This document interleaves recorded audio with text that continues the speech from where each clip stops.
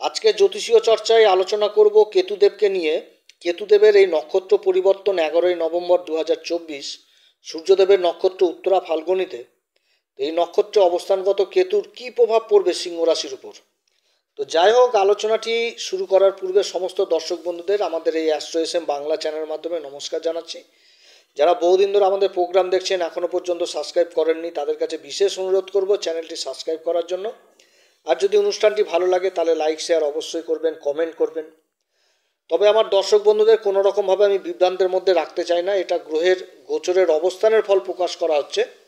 এটা কোনো ব্যক্তি বিশিষ্ট আলোচনা নয় যে কারো কুষ্টি ধরে আলোচনা, এটা নয়। এটা গ্রহদের গোচরের অবস্থানের ফলেই আলোচনা করা হচ্ছে। তবে আমার বিশ্বাস সিংহ রাশি এইখান থেকে কিছুটা হলেও উপলব্ধি করতে পারবে। কেতুদেবের এই পরিবর্তন আপনারা চন্দ্র রাশি কিংবা লগ্ন হিসাবেও দেখতে পারেন। রাহু আর কেতু এই দুটি গ্রহ হচ্ছে ছায়া গ্রহ।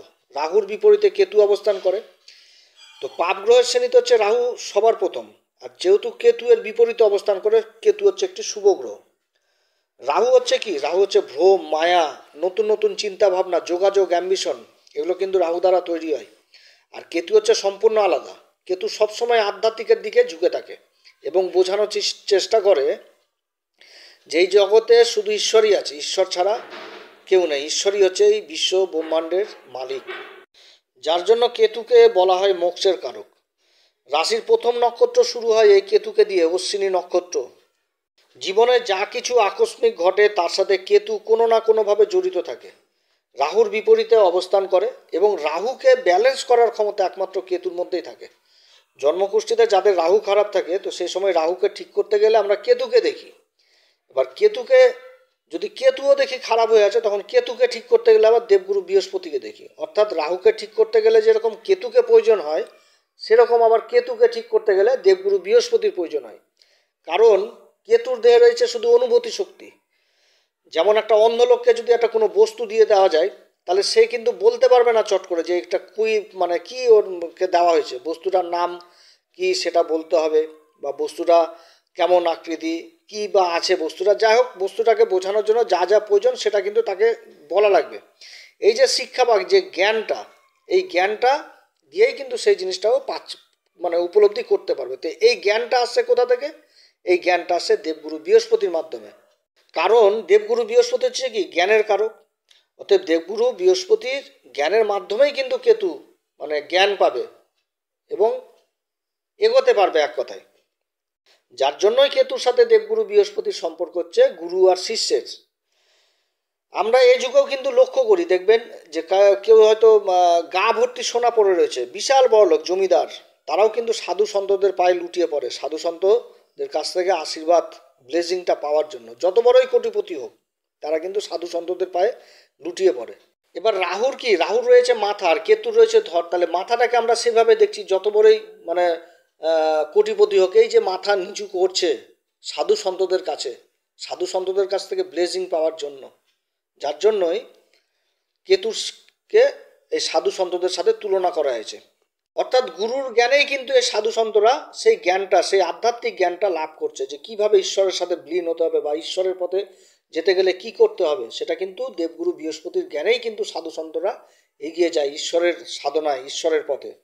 যার জন্যই কেতু আধ্যাত্মিকের দিকে বেশি ঝুঁকে থাকে এবং কেতুকে এই কারণেই বলা হয় মোক্ষ লাভের কারক।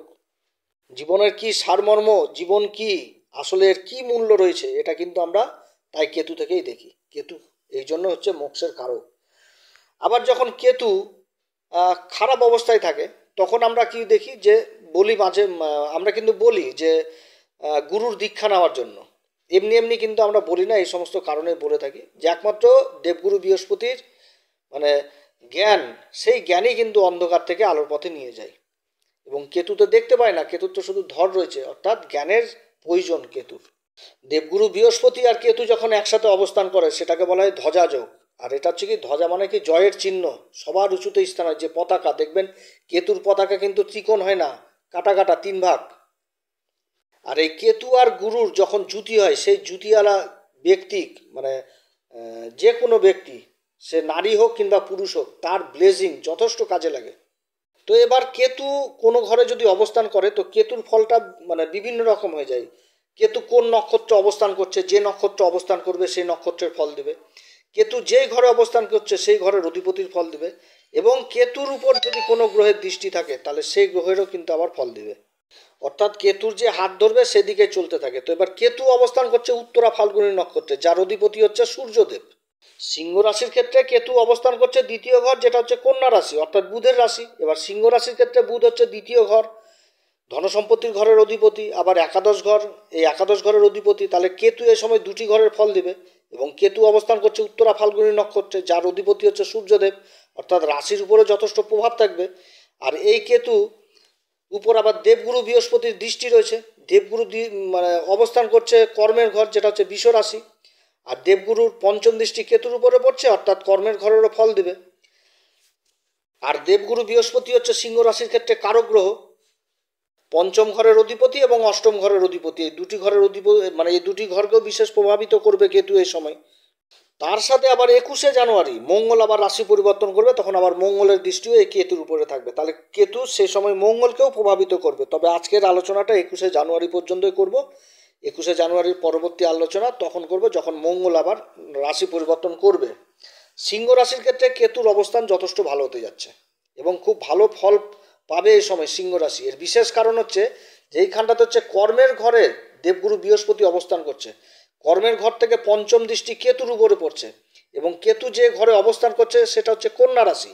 আর সিংহ রাশির ক্ষেত্রে বুধ হচ্ছে ধনসম্পত্তির ঘরের অধিপতি এবং লাভের ঘরের অধিপতি হয়ে বর্তমানে আবার এই বুধই অবস্থান করছে আবার বৃশ্চিক রাশিতে, যেটা সিংহ রাশির ক্ষেত্রে চতুর্থ ঘর।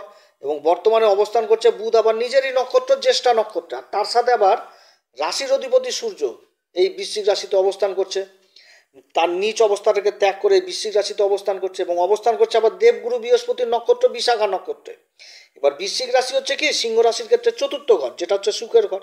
আর এই ঘরে তৈরি হয়ে যাচ্ছে বুধ আর সূর্যের দ্বারা বুধাদিত্য যোগ, এবং এই যোগের উপর আবার দেবগুরু বৃহস্পতির শুভ দৃষ্টি পড়ছে। অর্থাৎ দেবগুরু বৃহস্পতির দৃষ্টি যেরকম বুধাদিত্য যোগের উপর পড়ছে, আবার সূর্য আর বুধেরও দৃষ্টি বুধের উপর পড়ছে, একটা সমসপ্তম যোগ তৈরি হয়েছে, যার জন্য এই কেতুর গোচরটা সর্বাধিক ভালো হতে যাচ্ছে সিংহ রাশির ক্ষেত্রে। তবে যে সব কিছু ক্ষেত্রেই ভালো হবে সেটাও না, কারণ এই কেতু আবার হচ্ছে একটি ছায়া গ্রহ, এর কিছুটা ইফেক্ট রাশির উপরে পড়বে।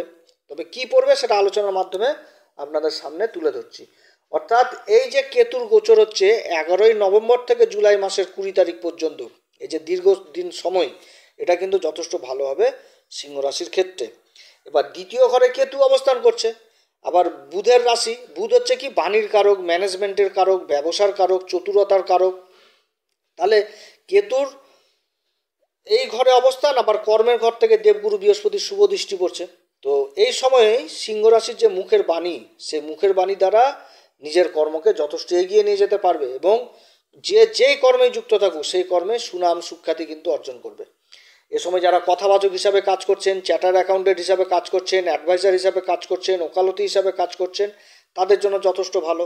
যারা আবার রাইটার, লেখালেখির কাজ করছেন, যারা কোচিং সেন্টার চালাচ্ছেন, ট্রেনার যারা শিক্ষাদান করছেন যে কোনো বিষয়ের উপর, তাদের মান সম্মান যথেষ্ট বৃদ্ধি পাবে, এবং সমাজে অ্যাওয়ার্ড রেওয়ার্ড পাওয়ারও প্রবল সম্ভাবনা থাকছে। মোট কথা একটা প্রশংসার পাত্র হবে এই সময় সমাজে।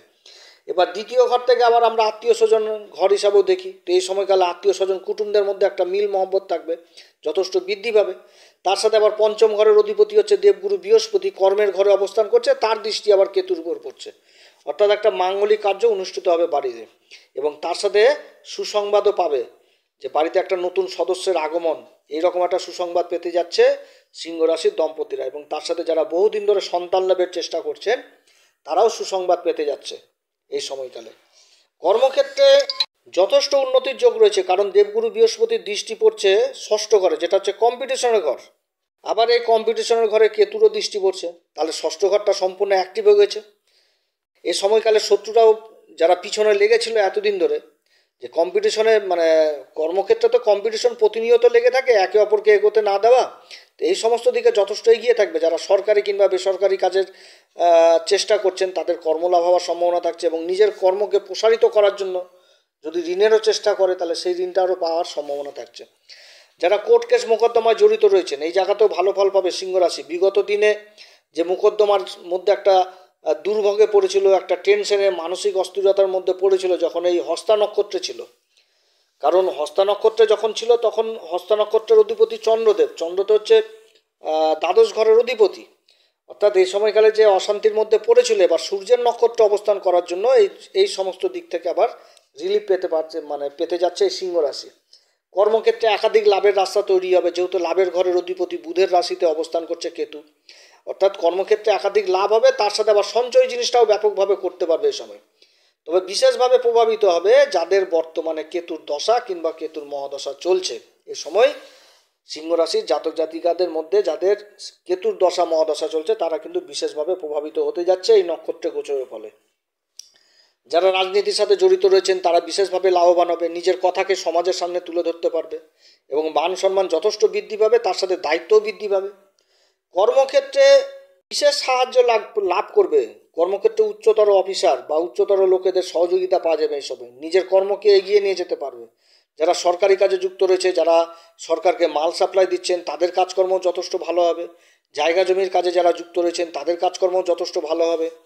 বন্ধু বান্ধবদের সঙ্গ যথেষ্ট এই সময় পাওয়া যাবে। যেটা আগে যেটা হস্তা নক্ষত্র অবস্থান করছিল সেই সময় কী হয়েছিল, মায়ের সাথে একটা সম্পর্ক খারাপ হয়েছিল, মায়ের শারীরিক অবস্থার অবনতি হয়েছিল, মনোমালিন্য তৈরি হয়েছিল, এরকম একটা পজিশন তৈরি হয়ে গেছিলো, গিটে গিটে ব্যথা যন্ত্রণা বিষ ব্যথা এগুলো কিন্তু তৈরি হয়েছিল। এবার সূর্যের নক্ষত্র অবস্থানগত কেতুর ফলে এই সমস্ত যথেষ্ট দূর হবে, মায়ের সাথে সম্পর্ক যথেষ্ট ভালো হবে, মায়ের শরীর স্বাস্থ্য যথেষ্ট উন্নতি হবে।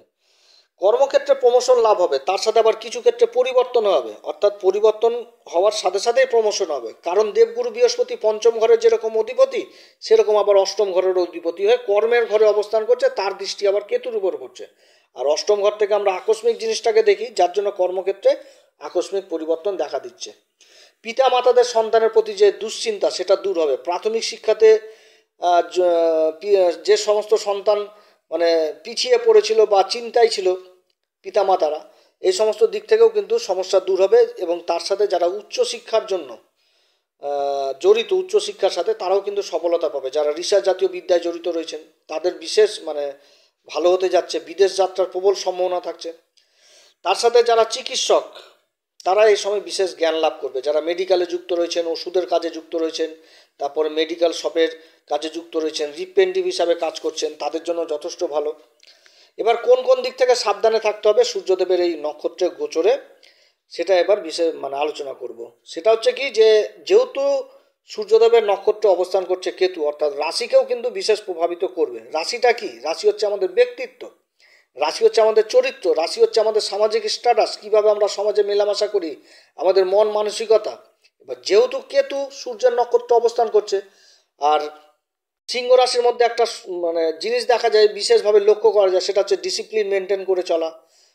সম্মানের খুব খিদা থাকে, চট করে কারোর সাথে মিশতে চায় না। এরা এমন জায়গায় বসতে পছন্দ করে যেন এদেরকে সবাই দেখতে পায়, কিংবা এরাই সবাইকে যেন দেখতে পায়, এমন জায়গায় ভাবে বসতে চায়। তো যার জন্য এই সময় এই কেতুর যে অবস্থান হচ্ছে এই নক্ষত্রে, এ সময় কিন্তু যথেষ্ট মনের মধ্যে ইগো, ক্রোধ, অহংকার এগুলো যথেষ্ট বৃদ্ধি পাবে। অর্থাৎ এদিক থেকে যথেষ্ট সাবধান। তার সাথে কি, কর্মক্ষেত্রে যে কোনো পরিকল্পনা কারোর সাথে শেয়ার করা যাবে না, না তো কাজ কিন্তু সাকসেস হতে হতে না হয়ে থেকে যাবে। টাকা পয়সা কাউকে ধার দেনা দেওয়া যাবে না। উপাচার হিসাবে সিংহ রাশি এ সময় কোন উপাচার করবে? সিংহ রাশির জাতক জাতিকারা অবশ্যই এই সময়কালে যে সমস্ত দুস্থ রোগীরা পয়সার অভাবে ওষুধপত্র কিনতে পারে না, ট্রিটমেন্টের জন্য খুব অসুবিধায় পড়ে, তাদেরকে সাহায্য করতে হবে। সেটাও কিন্তু আবার গোপনে, যে আমি 100 টাকা সাহায্য করলাম, সবাইকে ঢাকঢোল পিটিয়ে বলে দিলাম যে আমি 100 টাকা যে সাহায্য করছি, এটা করলে কিন্তু আবার রেজাল্ট পাবে না সেরকম। অতএব যেটা সাহায্য করবে সেটা কিন্তু গোপনে করতে হবে। বর্তমানে শীতকাল পড়ে যাচ্ছে, দুরঙা কম্বল, এই সমস্ত কম্বল কোনো গরিব দুঃখী বা অন্য লোককে যদি দেওয়া যায় সেটাও কিন্তু যথেষ্ট ভালো। এবং দেবগুরুর যেহেতু দৃষ্টি পড়ছে রাশির উপর বলছি কেতুর উপরে, তো যার জন্য দেবগুরু বৃহস্পতির বলও বৃদ্ধি করতে হবে এবং তার সাথে সূর্যের বলও বৃদ্ধি করতে হবে। এবার সূর্যকে বল বৃদ্ধি করতে গেলে প্রত্যেকদিন সূর্যদেবকে অর্ঘ্য দেওয়া লাগবে, পিতাকে যথেষ্ট সম্মান করতে হবে, পিতার ব্লেসিং নিয়েই কাজকর্ম শুরু করতে হবে। তারপর কি, দেবগুরু বৃহস্পতিকে বল দিতে গেলে যারা গুরু দীক্ষা নেননি তারা অবশ্যই গুরু দীক্ষা নেবেন, গুরু মন্ত্র জপ করবেন, মন্দিরে পূজারীদের পা ছুঁয়ে আশীর্বাদ নেবেন, এতেও গুরু যথেষ্ট বলবান হয়। এবং যেহেতু কেতু আবার ওই বুধের রাশিতে অবস্থান করছে, যার জন্য এই সময়কালে অবশ্যই গণেশজির পূজা করবেন, গণেশজির দর্শন করবেন, বুধবার করে দুর্বার্পণ করবেন গণেশজিকে। এগুলো করলে কেতু যথেষ্ট ভালো ফল দিবে এবং যথেষ্ট ভালো পজিশন রয়েছে কেতুর। আয় ইনকামের একাধিক রাস্তা তৈরি হবে এই সময়কালে। যথেষ্ট ভালো পজিশন, যেটা হস্তা নক্ষত্র থেকে যে অসুবিধাগুলো হচ্ছিল সেই অসুবিধাগুলো এবার যথেষ্ট দূরে সরে যাবে সিংহ রাশির ক্ষেত্রে। অতএব প্রিয় দর্শক বন্ধুরা, আজকে অনেক কথা আলোচনা করলাম সিংহ রাশির সম্পর্কে। যদি এই আলোচনা সত্যিই ভালো লাগে আপনাদের কাছে, অবশ্যই আমাদের চ্যানেলে অ্যাস্ট্রো এস এম বাংলাকে সাবস্ক্রাইব করবেন, লাইক করবেন, শেয়ার করবেন। আপনারা সবাই ভালো থাকেন, ঈশ্বর আপনাদের সবার মঙ্গল করুক। এরপরে আবার এক নতুন পর্ব নিয়ে আসবো। নমস্কার, ধন্যবাদ।